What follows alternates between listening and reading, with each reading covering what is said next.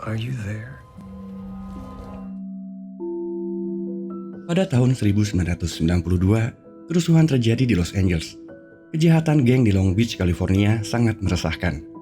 Perang antar geng terjadi hampir setiap hari. Rasisme sudah menjadi santapan sehari-hari. Pagi itu pada tahun 1994, tahun ajaran baru dimulai. Erin Gruwell menjadi guru baru di sebuah sekolah.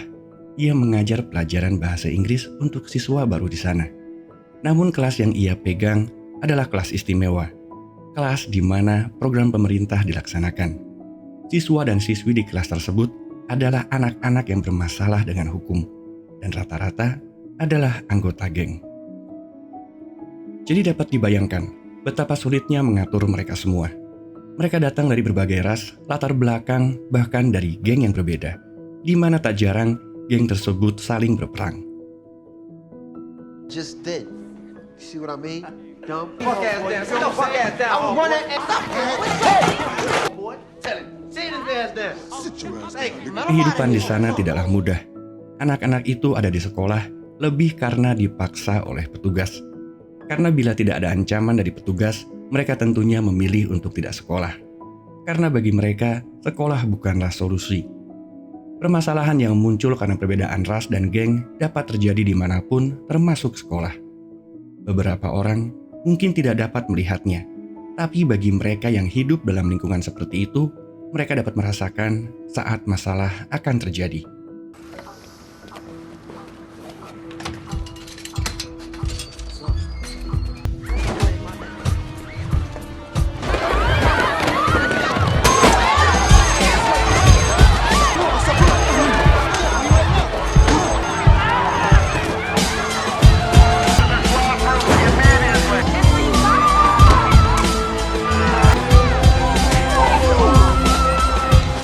Seperti yang diceritakan di atas, perkelahian dan keributan antar geng dapat terjadi di mana saja.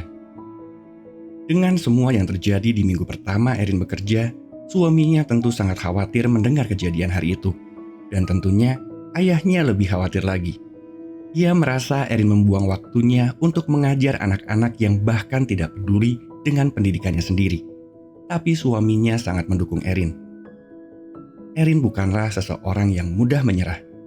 Ia mencoba pendekatan yang berbeda dengan murid-muridnya, yang tentu tidak selalu berjalan sebagaimana mestinya. They might say that we're a menace to society. Pada suatu malam, 3 orang muridnya, Eva, Cindy, dan Grant, tak sengaja terlibat dalam sebuah kasus penembakan yang dilakukan oleh Paco, teman satu geng dari Eva. Saat itu mereka berada di sebuah toko. Di sana ada Grant sedang bermain game, yang lalu marah-marah karena kalah. Paco yang dendam pada rivalnya itu berusaha menembak Grant, tapi meleset. Dan peluru nyasar itu mengenai pacar Cindy.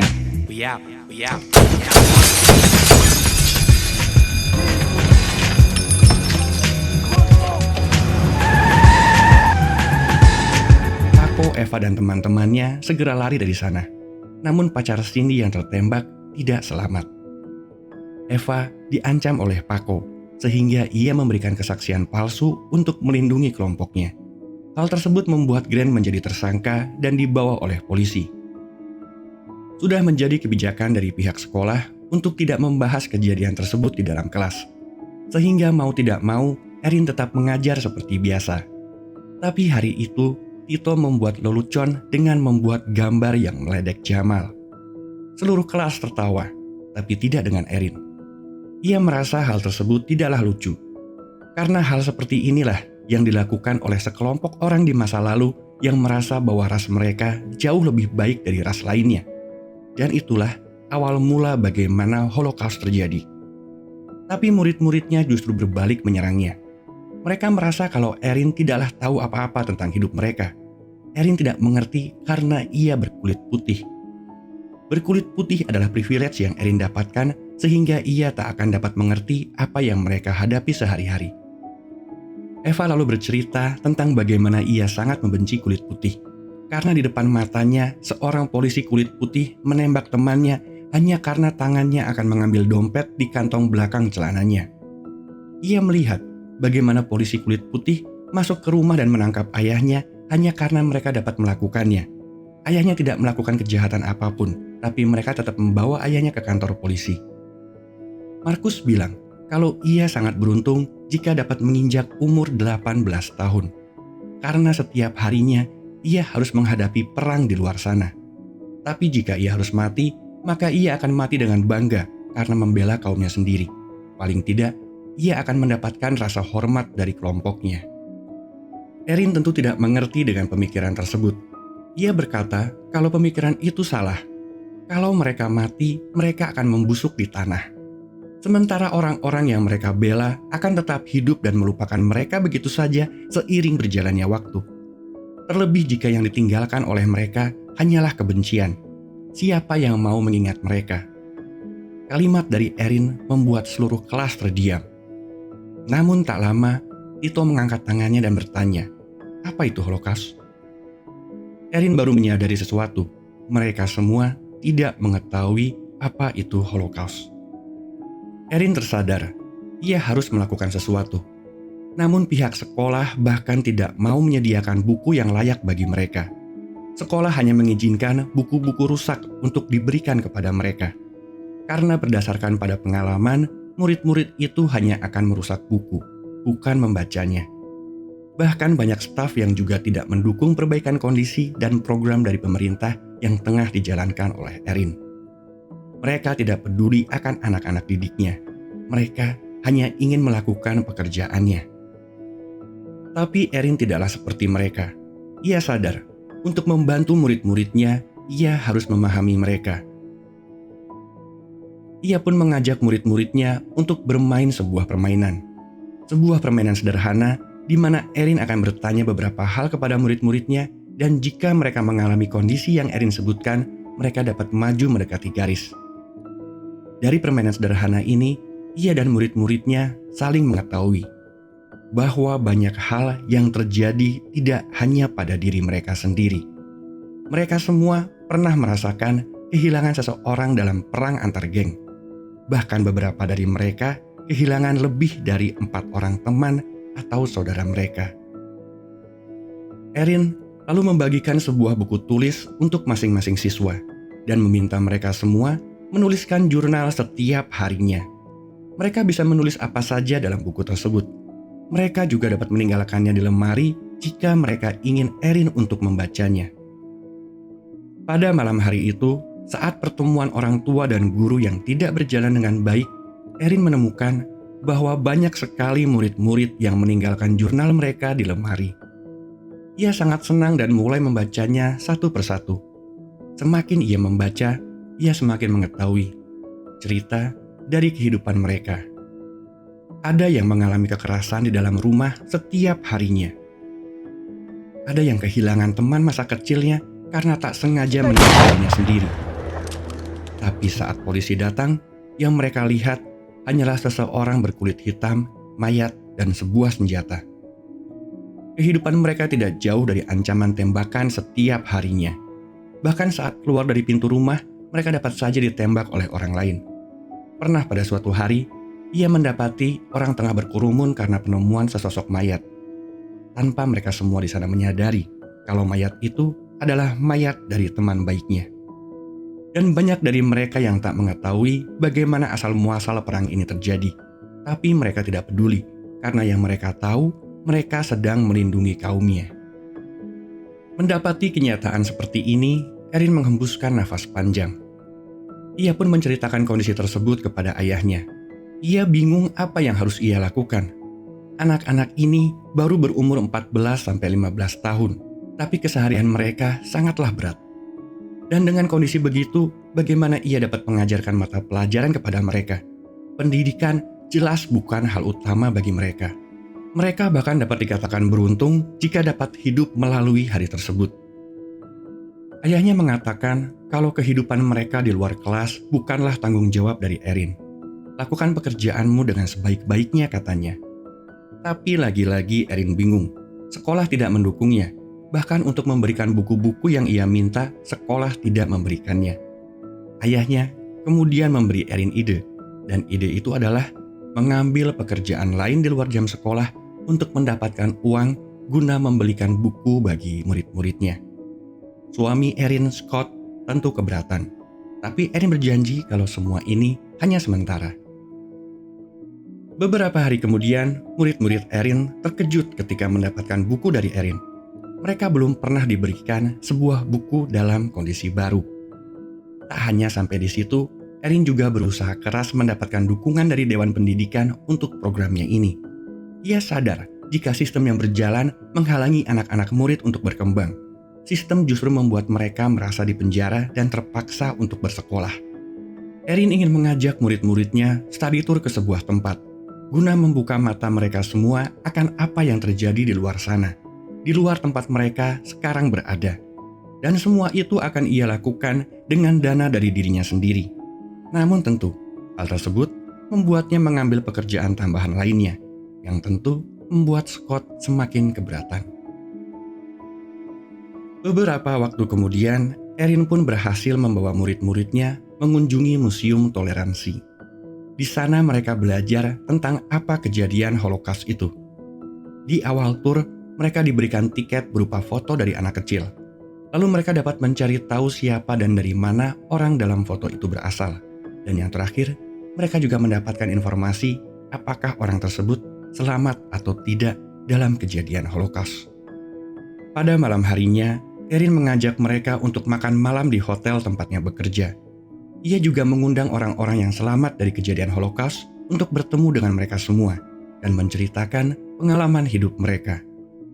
Dari wajah-wajah mereka, pengalaman pada hari itu membuka mata mereka semua akan pentingnya toleransi, akan pentingnya mengerti bahwa banyak orang-orang di luar sana mengalami banyak hal dan masalah dalam hidup mereka masing-masing.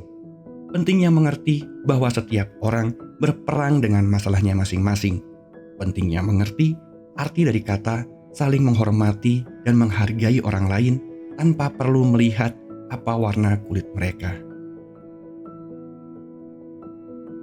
Pada semester selanjutnya, murid-murid Erin sudah berhasil memecah perbedaan mereka. Di kelasnya, Erin membuat sebuah permainan Toss of Change yang dalam situasi itu, ia ingin setiap muridnya membuka diri mereka akan masalah dalam hidupnya dan membuat perubahan dalam diri mereka mulai hari itu. Erin ingin mereka untuk berani mengambil sebuah keputusan besar dalam hidup mereka, untuk melangkah dan berubah menjadi lebih baik. Dan inilah salah satu tulisan dari murid Erin. Musim panas ini adalah musim panas terburuk selama 14 tahun hidupku. Semua dimulai dari sebuah panggilan telepon. Ibuku menangis dan memohon untuk tambahan waktu, seolah-olah itu adalah nafas terakhirnya. Ia lalu memelukku dengan erat sambil menangis. Air matanya jatuh dan membasahi kaosku. Ia memberitahu kalau kita akan diusir.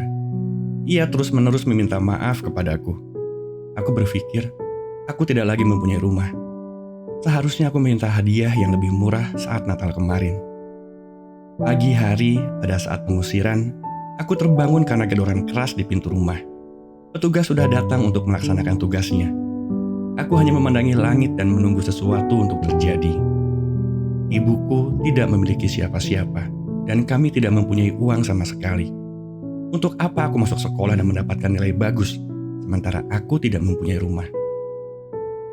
Bus itu lalu berhenti di depan sekolah. Aku seakan ingin muntah. Aku memakai baju dari tahun kemarin, sepatu tua dan tidak ada potongan rambut baru. Aku membayangkan kalau aku akan ditertawakan. Tapi justru aku disambut oleh teman-teman sekelasku. Teman-teman dari kelas bahasa Inggris tahun lalu.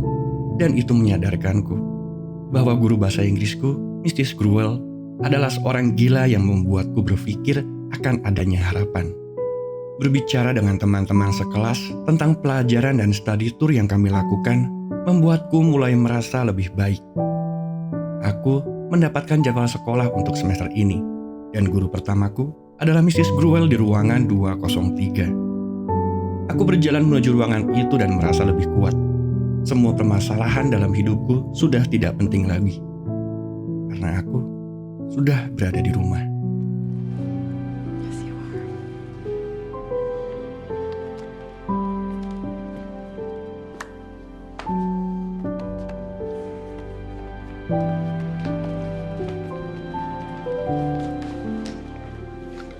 Di semester itu juga, Erin memberikan buku The Diary of Anne Frank untuk murid-muridnya. Buku itu sangat menginspirasi mereka, sehingga mereka memiliki ide mengundang Miep Gish untuk datang ke Amerika dan menceritakan secara langsung bagaimana ia membantu Anne Frank dan keluarganya dari pihak Jerman. Mereka sangat bersemangat menggalang dana untuk itu semua, dan akhirnya mereka berhasil mengundang Miep Gish untuk datang ke sekolah mereka. Beliau memberikan inspirasi bagi mereka semua. Beliau mengatakan kalau mereka semua adalah pahlawan, karena dengan cara mereka sendiri, mereka dapat menyalakan setitik cahaya dalam pekatnya kegelapan. Housewife or a teenager can, within their own small ways, turn on a small light in a dark room. Dari semua pengalaman yang mereka alami, Markus akhirnya memiliki keberanian untuk mendatangi ibunya dan meminta maaf atas tingkah lakunya selama ini. Ibunya pun memaafkan dan mengajaknya masuk ke dalam rumah. Sementara itu, Eva tersadar untuk berani mengungkapkan kebenaran. Sehingga pada saat persidangan Grant, ia mengungkapkan fakta bahwa Paco yang menembak pacar Cindy. Grant pun akhirnya bebas dan Paco ditangkap. Tapi tentu semua itu tidak berhenti sampai di situ. Eva mendapatkan ancaman dari kelompoknya sendiri. Ia dianggap telah berkhianat. Oleh karena itu, demi keselamatannya, ia pun diungsikan ke rumah bibinya. Cindy yang mengikuti persidangan dan juga berada di tempat kejadian, mendatangi Eva dan mulai berbicara kepadanya. Mereka membuang masa lalu dan saling memaafkan. Apa yang dilakukan oleh Erin bagi anak-anak itu sangatlah luar biasa. Namun untuk itu semua, ia melupakan Scott suaminya. Dan malam itu, Scott sudah pada puncaknya. Ia mencintai Erin dan mendukung apapun yang ia lakukan untuk murid-muridnya. Tapi tidak pernah terbayangkan kalau Erin akan mengabaikannya. Dan ia pun memutuskan untuk meninggalkan Erin. Kehidupan terus berjalan, hingga pada suatu hari, murid-muridnya bertanya, apakah Erin akan terus mengajar mereka tahun depan? Tapi Erin tentu menjawab kalau ia hanya diperbolehkan mengajar murid baru. Jadi ia tak dapat mendampingi mereka tahun depan. Kejadian tersebut tentu membuat murid-muridnya marah. Mereka kesal karena jasa-jasa Erin kepada mereka sangatlah besar. Mereka tak tahu apakah guru lain dapat mengerti mereka seperti Erin mengerti akan mereka. Bagi mereka, Erin lebih dari hanya sekedar guru. Ayah Erin memberitahukan kalau apa yang dilakukan Erin untuk murid-muridnya sangatlah luar biasa. Ia bahkan tak memiliki kata-kata yang tepat untuk mengungkapkan itu semua. Yang ia tahu, pekerjaan belum selesai. Dan Erin adalah guru yang luar biasa. Ia sangat bangga kepada anaknya. Hal tersebut membuat Erin berjuang untuk mendapatkan hak mengajar murid-muridnya tahun berikutnya. Tentu hal tersebut mendapatkan perlawanan dari rekan-rekan sejawat di sekolah. Mereka menentang karena Erin baru 2 tahun di sana. Dan masih ada orang lain yang lebih lama bekerja serta lebih layak untuk mengajar murid-murid itu. Tapi Erin tidak ingin mengajar kelas lain. Yang ia minta hanya terus mengajar dan mendampingi murid-muridnya sekarang. Ia bingung bagaimana caranya guru lain yang bahkan tidak menyukai anak-anak itu akan mengajar mereka. Apakah hanya menyampaikan kurikulum dan jika anak-anak itu gagal, maka itu adalah kesalahan mereka sendiri? Tapi rekan-rekannya kembali menjawab, jika anak-anak itu gagal, maka itu adalah kesalahan Erin yang tidak menyiapkan mereka dengan baik. Walaupun hasilnya tidak baik, Erin terus mengajar. Kemudian muncul sebuah ide untuk menyatukan semua jurnal murid-muridnya dan menjadikannya sebuah buku. Ia bahkan mendapatkan donasi 35 komputer bagi mereka guna mengerjakan semua itu. Mereka sangat termotivasi mengerjakan buku tersebut. Karena walaupun tidak ada yang membacanya sekalipun, paling tidak mereka telah meninggalkan cerita tentang kehidupan bagi dunia di luar sana. Dan buku itu diberi judul The Freedom Writer's Diary, yang juga menjadi identitas mereka semua. Pada suatu hari, Erin dikejutkan dengan berita bahwa Kementerian Pendidikan memanggilnya. ternyata berita tentang Erin dan kelasnya sampai ke telinga pejabat negara bagian pendidikan. Erin mendapatkan secercah harapan untuk berjuang demi anak-anak muridnya. Dari pertemuan yang mereka lakukan, diputuskan kalau Erin tidak menjadi guru mereka untuk tahun depan saja, tapi akan menjadi guru mereka tahun depan dan berikutnya hingga lulus. Dan film pun berakhir.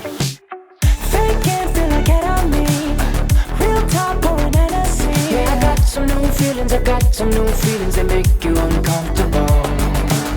To bring out all the good in me, yeah.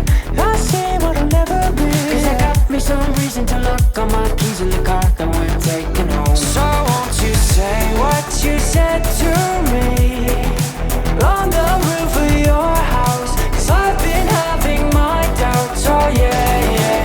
Don't know what we could be. Sometimes I feel we're nothing, but you talk like we're something. I guess now we're giving it a try. I like the way